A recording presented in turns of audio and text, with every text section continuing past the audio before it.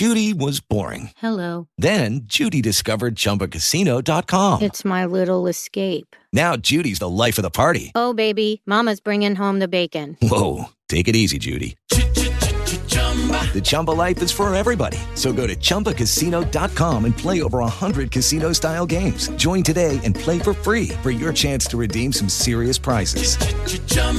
ChumbaCasino.com. No purchase necessary. Void where prohibited by law. 18 plus terms and conditions apply. See website for details. How would you like a 15% discount to my daily email, the stack of stuff, the show notes, discounts to the conference, all of that? All you need to do is text the word show to 33777. You'll get the annual subscription with a 15% discount to my daily email. You'll get the stack of stuff, the links to the show notes, discounts to the conference, and so much more. All you have to do is text the word show, SHOW, to 33777. Text show to 33777.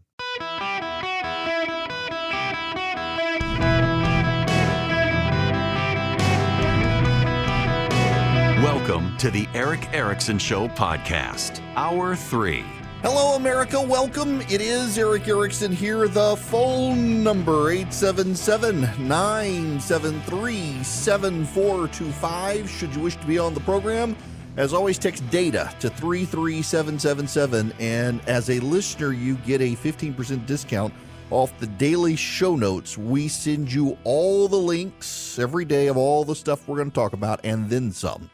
It is show prep for you for the day as well. It comes out right when the show starts. We never want to tell you what to think. We give you all the information so you yourselves can think for yourself with all the information. We weed out the grifters and the liars. Now, I want to talk about a wild story that is beginning to circulate online. And I have to read to you a somewhat lengthy thread. This is a lawsuit that has been filed. Now, you will know one of the problems that the United States has right now is a lack of qualified air traffic controllers. It's a huge problem. The United States has been moving over time to a new GPS-based flight tracking system for airlines. So there are, and you're going to have to forgive me if you're a pilot, and I know a lot of pilots listen to this program. I know a lot of pilots listen to this program because it's been a while since I've been on a flight where the pilot did not speak to me and say he listens. And that's not just Delta. It's just they listen. And there are a series of towers around the nation that signal flights so that flights know where to go, and they path themselves around the country into these. It's a very interesting mechanism by which these transponders or towers operate around the country, and they've also got neat codes, like around the Atlanta area. One of the towers is named after the Braves, and there's a flight pattern over into Alabama where it is, if you're flying from Alabama into Georgia, it uses the names of the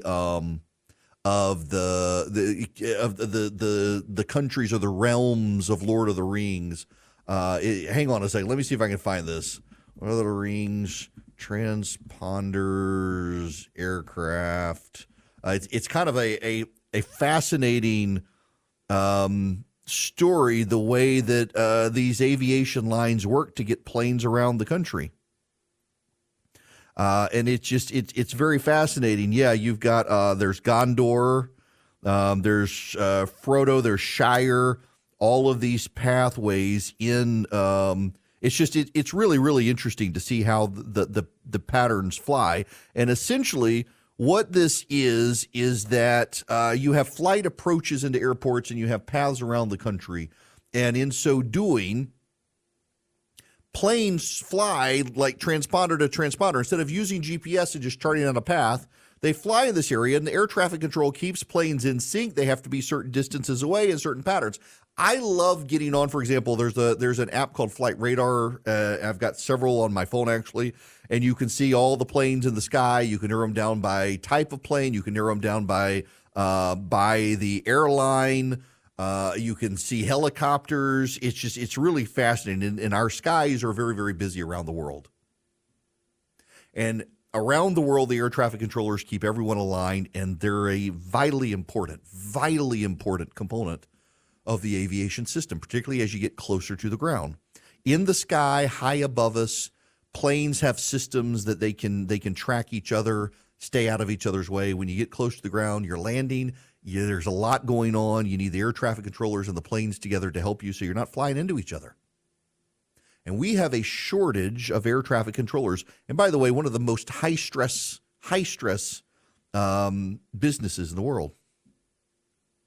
So I want to read for you now, having put all that together, this crazy lawsuit.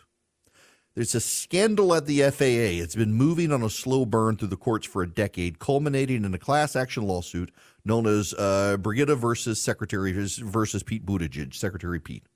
It's brought by a class who spent years and thousands of dollars in coursework to become air traffic controllers, only to be dismissed by a pass-fail biological questionnaire with a greater than 90% fail rate, implemented without warning after many of them had already taken and passed a skill assessment. The questionnaire awarded points for factors like lowest grade in high school is science, something explicitly admitted by the FAA in a motion to deny class certification. Let me read to you this paragraph from the complaint.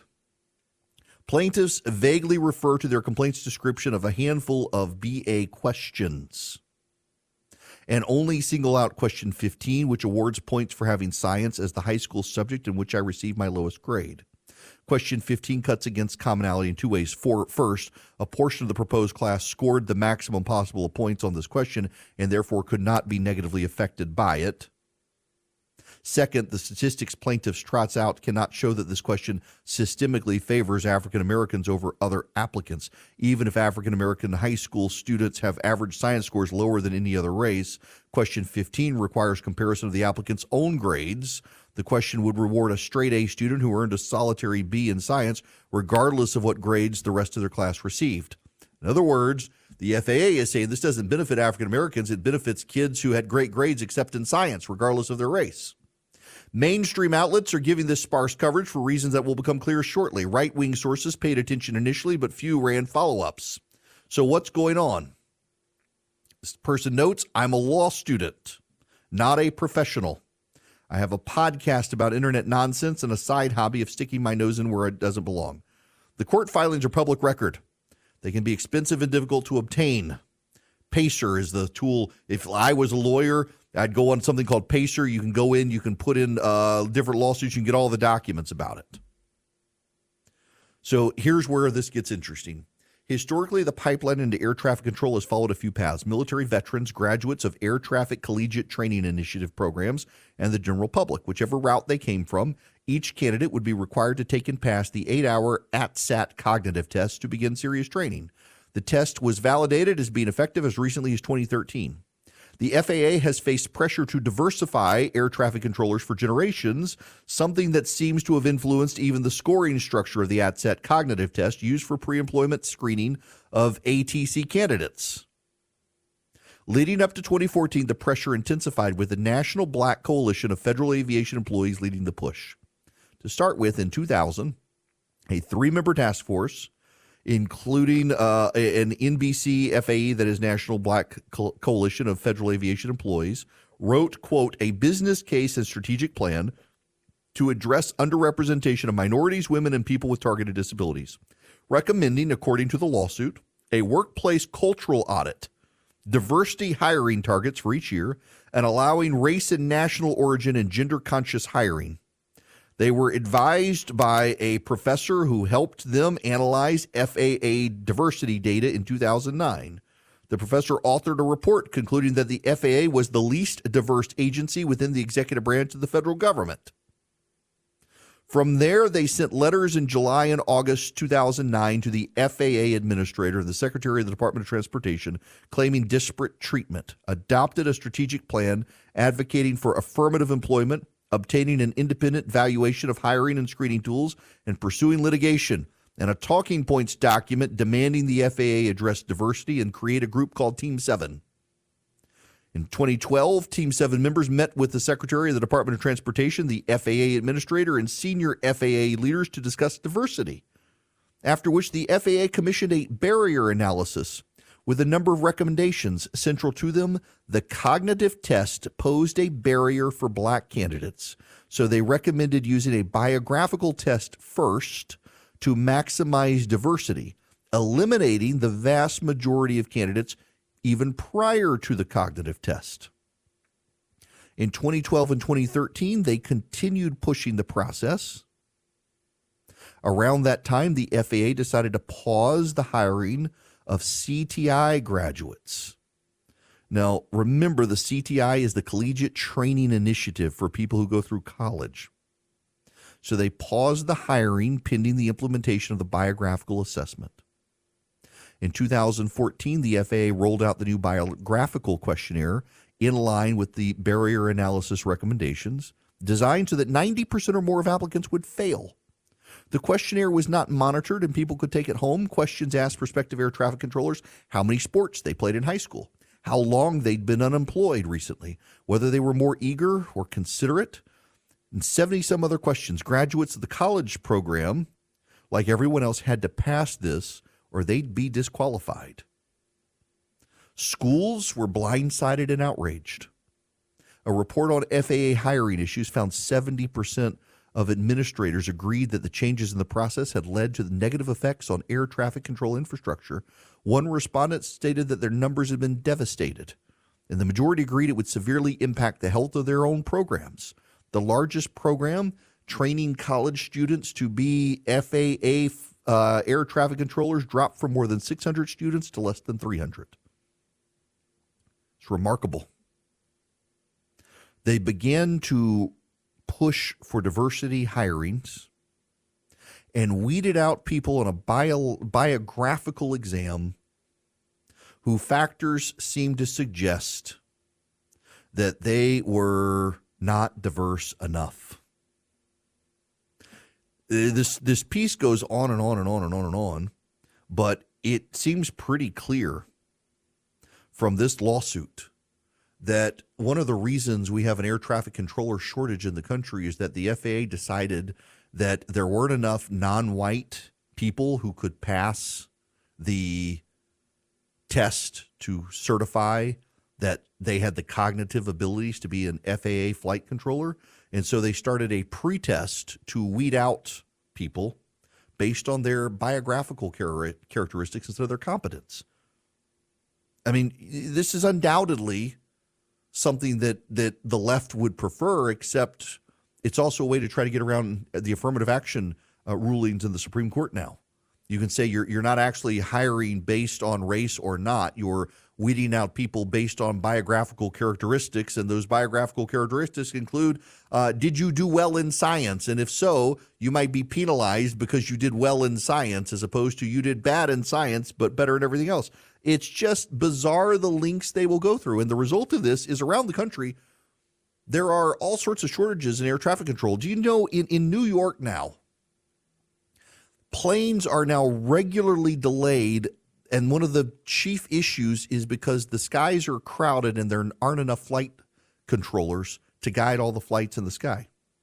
In fact, if you regularly delay flights in New York, you lose a landing slot.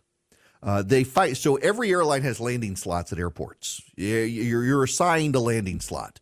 So Delta gets this many, JetBlue gets this many, American, Southwest, they're all assigned. And in New York, if your flights are regularly delayed or you cancel flights regularly, ultimately you're penalized and you have to give up slots. Except they've been waiving this in New York because everything is so delayed and they are so short of air traffic controllers. Lots of flights are getting canceled because of lack of air traffic controllers. So they can't penalize the aircraft and the airlines because of the FAA shortage. And why do we have an FAA shortage? Well, one of the reasons is because the FAA decided to impose diversity requirements and does a pre-analysis test that weeds out about 90% of the applicants based on their biography, not on their skills and cognitive abilities. Oftentimes, the government is its own worst enemy. And in almost every one of those cases, when the government is its own worst enemy, it's because the government listened to progressives. With the Lucky Land Slots, you can get lucky just about anywhere. This is your captain speaking. We've got clear runway and the weather's fine, but we're just going to circle up here a while and get lucky. No, nothing like that. It's just these cash prizes add up quick. So I suggest you sit back, keep your tray table upright, and start getting lucky. Play for free at LuckyLandSlots.com. Are you feeling lucky? No purchase necessary. Void where prohibited by law. 18+ terms and conditions apply. See website for details. Back to the phones we go. Welcome, Brandon, to the program. How are you, Brandon? I'm doing good. I'm hanging in there. Hey, Great. I just wanted real quick, it just kind of came to me when you were talking about the plane crisis we're dealing with. It shows that it really is a scam. The whole environmental thing's a scam because just look at that. You just said it yourself. They're not hiring people to do air traffic control, which is a hard and stressful job. It takes a special kind of person to do that. And they're looking for race and gender and sexuality and all that. Now, meanwhile, you just said yourself, the skies are full of planes just kind of idling, kind of like the big boats down there by the Panama Canal. So they're just, waiting to land. So what's going on? They're burning up a lot of jet fuel that they shouldn't be burning through because if we had enough people sitting in those seats, those planes would be getting up and getting down and on the ground, and we would be helping the environment. Am I wrong? That's not a bad point. And also, the FAA has. I started talking about the transponders and how they fly. They're moving to a GPS system, so the planes can fly more direct routes instead of these circuitous routes. And they've struggled to finalize the system over the years because of bureaucratic hurdles, among other things. And all these things. The FAA is not a fully competent organization, which should scare everybody who flies. That it's not a fully competent organization, and yet we put our lives in the hands of these people on a daily basis. And I got to tell you, I've got emails here from pilots who listened to the last segment. Hopefully, you're not flying and texting, but yes, they run into this problem all the time. And they said the New York the DC New York corridor is awful because you have Philadelphia, New York, Boston, Washington, and others all in tight spaces and frequent shortages. But the worst is the Florida area, particularly around Jacksonville, which has had massive FAA shortages causing all sorts of flight delays. And it's not like they don't have a body of qualified people applying, but they can't get through the diversity tests. Thank you for that. It's remarkable. And you would think that the Supreme Court decision on affirmative action would get rid of this, but actually they're just trying to find more and more clever ways to get around having to deal with that decision from the Supreme Court ending affirmative action. 877-973-7425 should you wish to be on the program. When we come back, I mentioned all the good economic news yesterday. Well, today UPS announces layoffs. What on earth is going on? And it's events, dear boy, events that could cost Joe Biden the election, events like this. We'll get to it when we come back. Right now, though, I mean, the news of all these layoffs, you got Roomba laying people off, CVS, you got BlackRock, Blackstone, I think. You've got UPS, Google, Amazon laying people off. The economy looks like it's growing, but you got these problems. Swiss America wants to help you save your hard-earned assets and protect them. They've got this report, The Secret War on Cash. You can get a free copy by calling or texting my name, Eric Erickson, to 800-289-2646. That's 800-289-2646. The all-out war on cash includes digital forms of currency. It's spreading daily, so get their report, The Secret War on Cash. Learn how to protect your hard-earned assets. Just mention Eric Erickson, my name, when you call or text 800-289-2646. That's 800-289-2646. You can also go to SwissAmerica.com/Eric, SwissAmerica.com/ERICK. Great way to put your information in there and get the Secret War on Cash report. Or call or text 800-289-2646. Mention Eric Erickson. Message and data rates may apply if you call. With Lucky Land Slots, you can get lucky just about anywhere. Dearly beloved, we are gathered here today to... Has anyone seen the bride and groom? Sorry, we're here. We were getting lucky in the limo and we lost track of time. No, Lucky Land Casino, with cash prizes that add up quicker than a guest registry. In that case, I pronounce you lucky. Play for free at LuckyLandSlots.com. Daily bonuses are waiting. No purchase necessary. Void where prohibited by law. 18+. Terms and conditions apply. See website for details. Howdy, welcome. It is Eric Erickson here. Please stop calling and yelling at my call screener.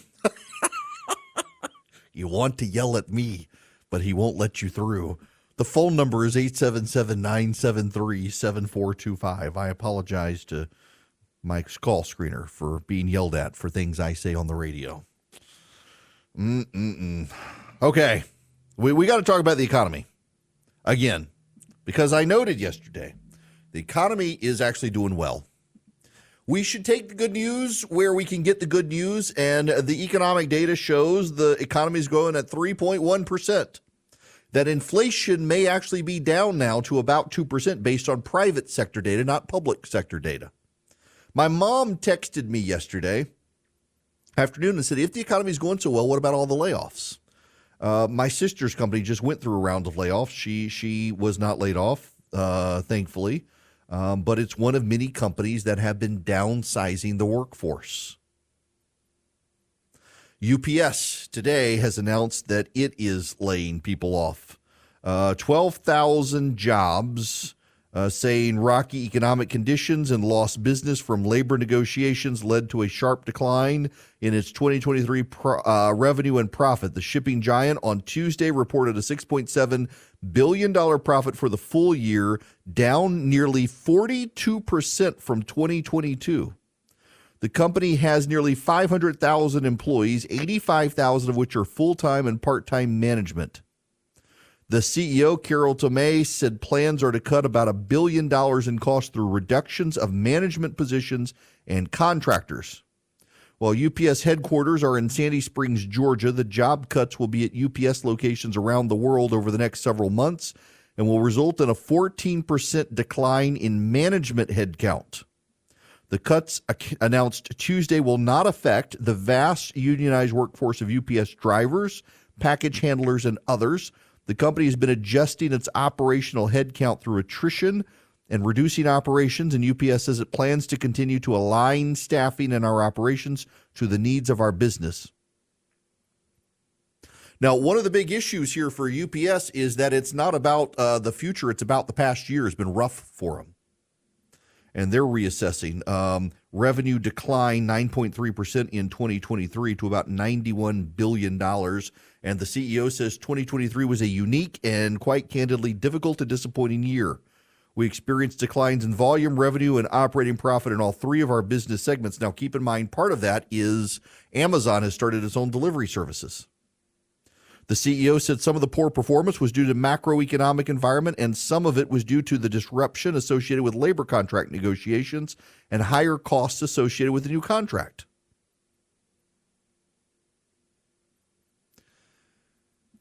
A lot of it is labor costs with unionized workers. Prices are going to go up, and they're going to hit mostly management, but they're not alone. Here's a list of companies that have announced layoffs so far this year. So at the end of last year, you had CVS and others announcing layoffs. And now you've got Alphabet, that's Google. Amazon is laying people off across its film and television studios and Twitch streaming platform and its audiobook platform. BlackRock is laying off 600 employees after it went woke. Citigroup is laying off 20,000 by the end of 2026. Discord, the online streaming service, it's laying off 17% of its staff. Duolingo, the online language service, is laying off 10% of its contractors and going to move to artificial intelligence to handle some content creation.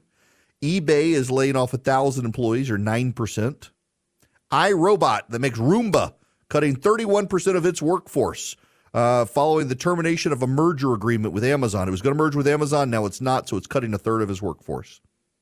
Macy's is eliminating 2,350 store and corporate positions, or 3.5% of its workforce, excluding seasonal hires. Microsoft is cutting 1,900 employees, or 8% of its gaming staff. After last year's acquisition of Blizzard, this is less than 1% of its workforce. Rent the Runway, the fashion subscription company, is cutting 10% of its staff, 37 people. Salesforce has laid off 700 people, or 1%. Sports Illustrated is pretty much closing the doors. Massive layoffs there. 12,000 jobs at UPS, as I mentioned. 1,800 jobs at Unity Software. Universal Music is laying off between 100 and 300 people. Wayfair, the online retailer, getting rid of 1,650 employees, or 13% of its workforce. Xerox is trimming its workforce by 15%. In 2022, it had 20,500 employees. That's the last regulatory firing of employees. Laying people off. Apple is moving employees out of San Diego to Austin, Texas, and those who won't transfer are going to lose their jobs if they can't be reabsorbed. Goldman Sachs had layoffs at the end of last year. A lot of the layoffs that we're seeing right now are layoffs because businesses held on to employees because it was so hard to find employees, and they think now we're through the thick of it.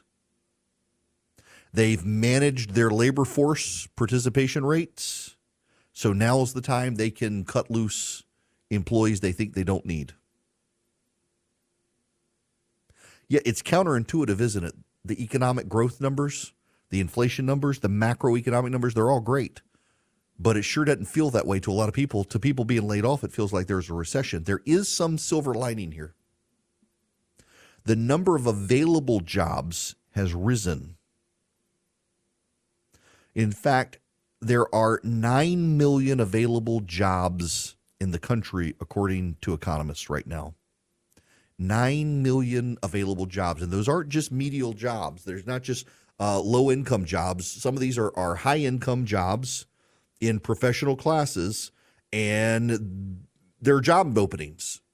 So it sucks to lose your job, but if you're going to lose your job, losing it when there are 9 million available positions in white-collar job positions and high-paid blue-collar job positions, actually not a bad time to lose the job. It sucks, though, for you if you lose your job. It sucks, and that's the problem. And this is, if you were here for the beginning of the program, was making the case that neither side can say definitively they're going to win in November. It's going to be a very close election, a very low turnout, and very tight margins across 5 swing states. Joe Biden's path to win is about Trump's personality, but Trump's path to win is arguably easier than Biden's because it's about events. Many events Joe Biden can't control or hasn't controlled, like the Middle East situation, but also the economy. The numbers sound real good. Wages are beginning to surpass inflation. Inflation is now coming down. Growth is over 3%. We're outpacing every other nation on the earth in terms of growth, even if revised down. But the private sector data suggests it might actually revise upward to even more growth than we think. But it doesn't feel like it if you're losing your job. And it doesn't feel like it yet if your wages might be going up, but they haven't actually kept up with inflation yet. It doesn't feel like it. And that's Biden's problem that he has going into the November election. It feels like you're in a recession if you've lost your job. You can't dismiss people's feelings. And that's part of the problem for the Democrats. The Democrats, who are the postmodern feelings-based, I feel, I don't think guys, don't want you to believe your feelings about the economy. They want you to believe them that, well, the macroeconomic numbers are so good, of course, things are great. But maybe not at your house. Maybe not at your neighbor's house. Maybe not for your kid. So my daughter, I got an email, Hank. Hank works for Dave Ramsey. My daughter's economics class for her senior year. So her senior year at her school goes to a classical education school, and the first semester they do their senior thesis. They have to build an argument, develop the argument, write the argument, and give the argument and answer questions. It was very well done. You're teaching critical thinking skills, you're teaching writing skills, you're applying the logic classes that you've had, the speech classes that you've had, all the other stuff. And my daughter's was essentially on how modern feminism devalues women. She did a very good job of it. The second semester, though, is their economics class. And what they're doing is they're putting the kids through the Dave Ramsey program. And she's asking all these questions. She came home last night. She's like, why on earth do apartments tell you that it's $1,000 a month in rent, but they don't tell you all the fees involved? There's the pet fee involved. There's the deposit. There's the first month's rent. She says, I got to figure all this stuff out. I got to do a budget for my class. And this is blowing my mind that it's so much more expensive than I thought. And some places you got to pay for parking. Some places you don't. Some places have security. Some places don't. And what about a house and a mortgage? And oh my gosh, did you know this is how interest rates are? It's kind of funny to listen to her come home and complain about this stuff. And what do I do last night was, what do I do about furniture? And she says, this is why I got to email Hank. She says, Dave Ramsey has become the thing that is my night terror.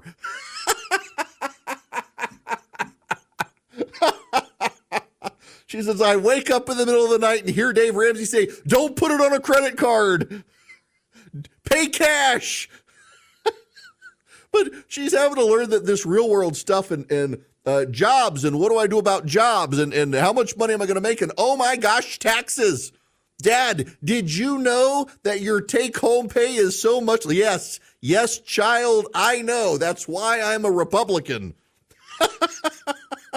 It's very funny to hear her come home now every day. Or the text message, she's listening right now, in all caps. Pay in all cash, she says.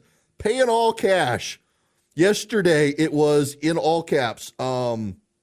Let's see. No, where is this? No, I gotta find the group chat with my wife. Yesterday, she was all fired up about just the basic cost of a futon. Yes, I need a futon or something because there's not a guest room, and if someone wants to stay over, they can't just sleep on the couch because then they'd have to sleep in the bed if the futon was my bed, and I don't want people sleeping in my bed because people are gross and I'm poor. Why is a futon so expensive? What utilities do I need to pay for? How do I afford furniture? The further and further we get into this econ and senior seminar class, the more I understand those people who live with their parents until they're 50. You know, reality here is, if you're having to take care of your kids, and a lot of Americans are, it doesn't matter how well I tell you the economy is doing. It doesn't matter how great it is that there are lots of jobs available out there.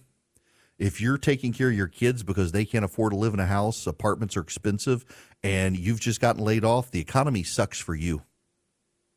The macroeconomic and the microeconomic pictures are not aligned in this country. And the problem is that the Democrats want to sell the country on the macroeconomic picture, and voters vote on the microeconomic picture. The microeconomic picture for a lot of Americans isn't good right now. And the sooner the Democrats understand that, the less likely they are to be demeaning to voters who realize this economy sucks.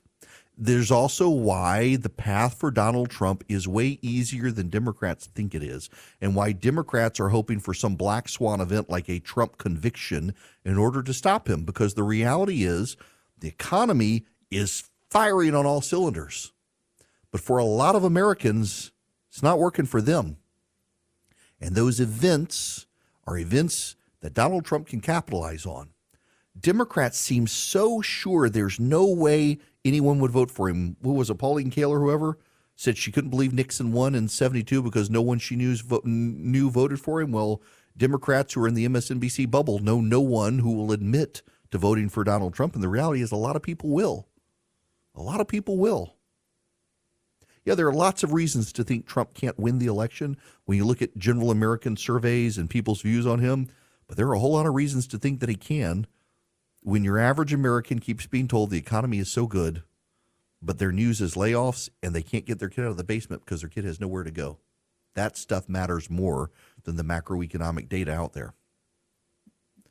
One of the groups that understands this is Americans for Prosperity, and they're making the case that we can fix the economy and get your kid out of your basement and into his own place if we just do some reforms of reducing government and deregulation for small businesses, and assert a fixed permanent tax code where businesses, and small businesses in particular, don't have to worry about massive tax increases coming. They support school choice. They support parental rights. They support limited government, and they want your support at americansforprosperity.org/Eric. americansforprosperity.org/ERICK. You go sign up with Americans for Prosperity. They're going to teach you how to be a great fighter for limited government, for freedom. They're going to teach you how to make persuasive cases to your neighbors, your friends, your family, your local government, your state government, that, in fact, limited government works, tax reform works, school choice works, and they can help you sell those things. They're going door to door explaining the case for school choice in states like Georgia right now, trying to tell neighbors how people stand on the issue. Y'all, Americans for Prosperity, they fire on all cylinders, fighting for freedom, for free markets, for free people, for limited government, for school choice. They want you on their side. americansforprosperity.org/Eric. americansforprosperity.org/ERICK. Go sign up with them now and be an effective conservative activist. Hello, it is Ryan, and we could all use an extra bright spot in our day, couldn't we? Just to make up for things like sitting in traffic, doing the dishes, counting your steps, all the mundane stuff. That is why I'm such a big fan of Chumba Casino. Chumba Casino has all your favorite social casino-style games that you can play for free anytime, anywhere with daily bonuses. That should brighten your day a little. Actually, a lot. So sign up now at ChumbaCasino.com. That's ChumbaCasino.com. No purchase necessary. VGW Group. Void where prohibited by law. See terms and conditions. 18+.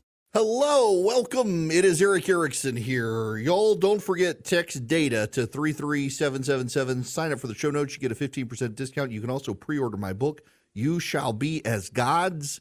We're getting closer and closer. Now, listen, I've gotten a lot of emails, messages on Instagram and Twitter and the like about book signings and stuff. We're still several months away from the book coming out. We're going to work to make that happen. We're putting thought into it now. When we announce the dates for the gathering here very shortly, we will also do a book signing there for people who come to the gathering. We got a lot of ways that we're going to make that happen. I'm actually really excited about this book because it takes really a lot of my monologues and synthesizes them into something cohesive about how the progressive secular wokes have become a religion, and they don't even realize it. It's just a new form of the very old Gnostic religions where they have secret knowledge and ways to move forward without any grace, very little mercy. I hope you'll order the book. Text DATA to 33777, and you can subscribe to the show notes. You can pre-order the book. There's a link to Amazon, and there's a link to Barnes & Noble there. All right, we got to move on to other stuff, including the border deal. It's interesting how the pivot now in the media is tearing up the Republicans in the House for rejecting Joe Biden's border deal. But Joe Biden isn't interested in closing the border. The deal would allow 5,000 illegal aliens a day to come into the country. And if you exceed that amount, they would seal the border so none can come in. Why don't you seal the border so none can come in to begin with? Here's the problem. This is a problem that the GOP needs to keep in mind and needs to pivot on. For all the talk of the Democrats that the GOP has wanted a secure border and now is rejecting a deal that would do that, the deal that Democrats are proposing would not seal the border, but would allow 5,000 illegal immigrants a day to come across. And if it exceeds that amount, then it really would seal the border. So instead of starting with a sealed border, they're starting with a leaky border. And they're talking about immigration. Republicans need to pivot and make this a national security issue. Stop talking about it as part of an immigration issue and start talking about it as a national security issue. We know from the FBI is deeply concerned about terrorists coming across the border.